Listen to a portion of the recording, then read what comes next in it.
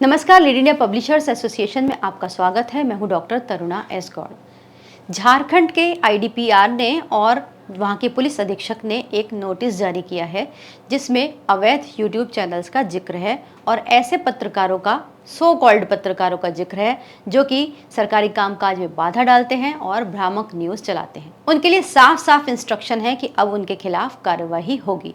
तो ऐसे में वो लोग बहुत चिंतित हैं जो सीरियसली जर्नलिज्म कर रहे हैं और उन्हें समझ में नहीं आ रहा है कि वो अब क्या करें। ऐसे ही झारखंड से हमारे पास एक कॉल आया। न्यूज मददगार करके इनका चैनल है। उन्होंने कहा कि वो जनता के बीच में ही काम करते हैं और उनको INPR डिपार्टमेंट से कहा जा रहा है कि जब तक वो यहाँ पर इम्पैनल्ड या सूचीबद्ध नहीं होंगे तो वो काम नहीं कर सकते। तो उन्होंने हमसे जानना चाहा कि क्या ये सही है या गलत।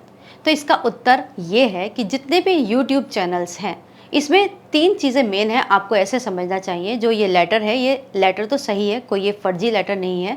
वाकई में पुलिस अधीक्षक की ओर से जारी किया गया है और बाकी सभी थाना अध्यक्षों को सूचित किया गया है कि ऐसे सभी चैनल्स को जो कि अवैध रूप से काम कर रहे हैं उनके पत्रकारों को कवरेज करने से रोका जाए। तो ये जो नोटिस जो अब डिजिटल मीडिया के लिए परेशानी का सबब बना हुआ है, या फिर ऐसे पत्रकार जो किसी रजिस्टर्ड मीडिया में पहले काम करते थे और किन्हीं वजहों से उनको निकाल दिया गया, वो बाहर काम कर रहे हैं, उनके लिए एक परेशानी है।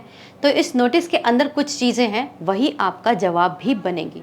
तो इस नोटिस में लिखा है सबसे पहले कि अवैध चैनल जो कहीं से रजिस्टर्ड नहीं है। तो बिल्कुल ये होना चाहिए। हम भी मानते हैं कि अगर इस तरह से कहीं से भी इनका कोई रेगुलेशन नहीं होगा तो अपराधियों को पत्रकारिता में आने से नहीं रोक पाएंगे। तो इसमें फिलहाल जैसे कि डिजिटल प्लेटफॉर्म का रजिस्ट्रेशन मीडिया के तौर पर RNI और MIB में नहीं होता है, लेकिन एक प्लेटफॉर्म है जहां पर ये लोग रजिस्ट्रेशन करा सकते हैं।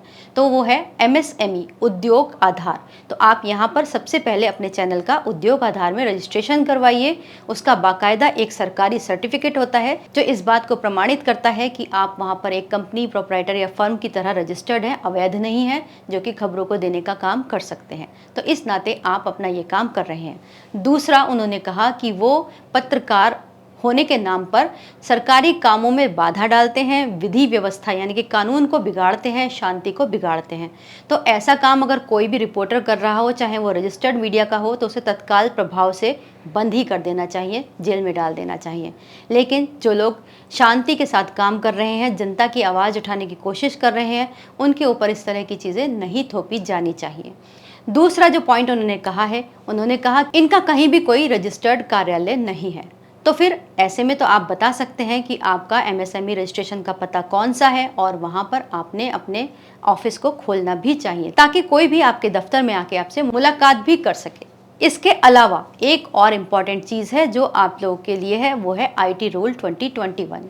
ये सभी के लिए है, जो रजिस्टर्ड मीडिया है उन लोगों को भी इस पर काम करना है और जो डिजिटल मीडिया है उन्हें भी काम करना है। जैसे कि IT रूल के तहत MIB ने सारे न्यूज़ चैनल्स और रजिस्टर्ड मीडिया से ये जानकारी मांगी थी कि उनके कौन कौन से डिजिटल प्लेटफॉर्म्स हैं और वो कहाँ से चल रहे हैं और उनकी शुरुआत कब हुई। तो इसको आपको बाकायदा एक फॉर्म के थ्रू भर के भेजना था। जैसे सभी अखबार वालों को और TV चैनल वालों को फॉर्म 1 भरना था और उस फॉर्म के अंदर भर के बताना था कि उनका रजिस्टर्ड मीडिया कहाँ से है, जैसे कि वो RNI से है या फिर MIB से इलेक्ट्रॉनिक मीडिया है, और उनके डिजिटल प्लेटफॉर्म का क्या नाम है।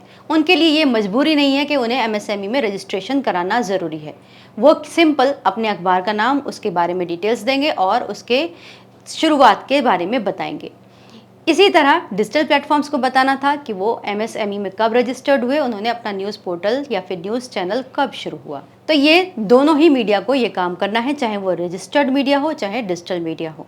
इसके साथ ही साथ एक और इम्पॉर्टेंट चीज़ थी, उनको ये बताना था कि डिजिटल मीडिया के लिए बिल्कुल इम्पॉर्टेंट है, मैंडेटरी है, इसको ज़रूर कर लीजिएगा। इसमें उन्हें बताना था कि अगर उनके समाचार चैनल से या फिर उनकी किसी न्यूज़ से किसी को कोई परेशानी है, कोई शिकायत है, तो उसके लिए एक ग्रेवियंस रिड्रेसल अफसर होना चाहिए, यानी कि एक ऐसा व्यक्ति होना चाहिए जिससे कि वो अपनी शिकायत दर्ज कर सके और शिकायत दर्ज हो जाने के बाद में उसका जल्द से जल्द सुलझाना भी उनके लिए अनिवार्य है। तो इस फॉर्म में उस व्यक्ति का नाम, फ़ोन नंबर या या ईमेल आईडी को मेंशन करके MIB को देना था। एक बात और आपको बता दूं, आप लोग ये मत भूल जाइए, जो लोग भी फर्जी तरीके से न्यूज़ पोर्टल चला रहे हैं, जो कि वाकई में भ्रामक खबरें डालते हैं, जो फेक न्यूज़ डालते हैं, जो कि प्रोपेगेंडा न्यूज़ डालते हैं, वो इस बात से सावधान रहें। ये बात हमारे इंटरनल मिनिस्ट्री के सोर्सेज के द्वारा पुख्ता है कि MIB इस तरह के चैनल्स पर नज़र रखता है और आप देखते भी होंगे समय समय पर PIB इस तरह के चैनल्स को बैन भी करता रहता है, जो फेक न्यूज़ फैलाते हैं या फिर प्रोपेगेंडा न्यूज़ चलाते हैं।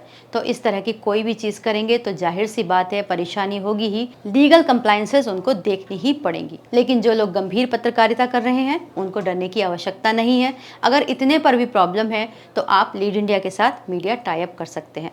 उम्मीद करते हैं इस कंफ्यूजन से, इस बात से आपका भ्रम दूर हुआ होगा और आपके पास जो पुलिस है या अधीक्षक है या DIO है, INPR डिपार्टमेंट यानी कि सूचना कार्यालय है, उनको देने के लिए आपके पास एक जवाब भी रहेगा। अगर आपके मन में और कोई सवाल हो तो आप निश्चिंत होकर हमारे हेल्पलाइन नंबर पर पूछ सकते हैं या फिर आप सीधे सीधे कमेंट बॉक्स में लिखकर भी पूछ सकते हैं।